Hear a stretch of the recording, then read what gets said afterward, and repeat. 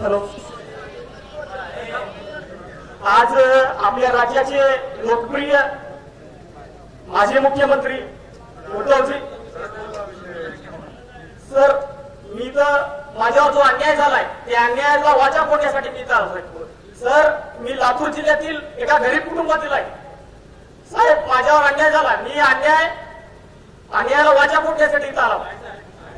Sir, आपल्या राज्यामध्ये आपल्या मराठवाड्यामध्ये जो लातूर रेल्वे फॅक्टरीचा प्रकल्प आलाय त्या प्रकल्पामध्ये गेल्या महिन्यामध्ये मला इंटरव्ह्यूचा कॉल आला होता.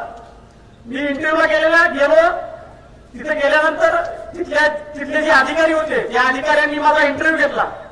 तर ते अधिकारी होते दक्षिणेतील अधिकारी होते. त्या दक्षिणेतल्या अधिकाऱ्यांनी माझा इंटरव्ह्यू घेतला.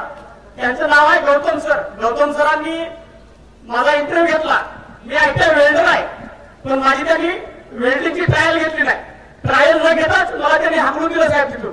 तर आणि तिथे गेल्यानंतर माझ्या अशा लक्षात आलं की तिथे जेवढे पण अधिकारी भरलेत ते सर्व गुजराती, बिहारी हे सर्व अधिकारी तिथे भरलेत. मग ते अधिकारी काय करायला लागले? त्यांच्या राज्यातील लोकांना अगोदर प्राधान्य द्यायला लागले.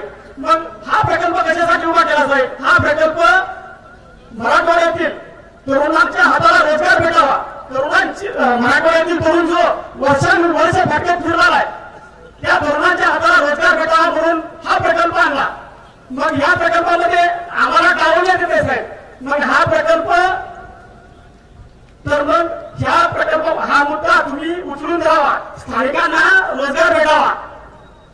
निश्चितपणे मराठवाडा पोस्ट फॅक्टरीमध्ये काम करणारे तरुण मराठवाड्यातले किती आहेत आणि बाहेर राज्यातले किती आहेत, निश्चितपणे ही आकडेवारी काढून सरकारला भांडा पडतो. आणि मी तुझ्यासोबत आहे, मी तुझ्याबरोबर का घेतला.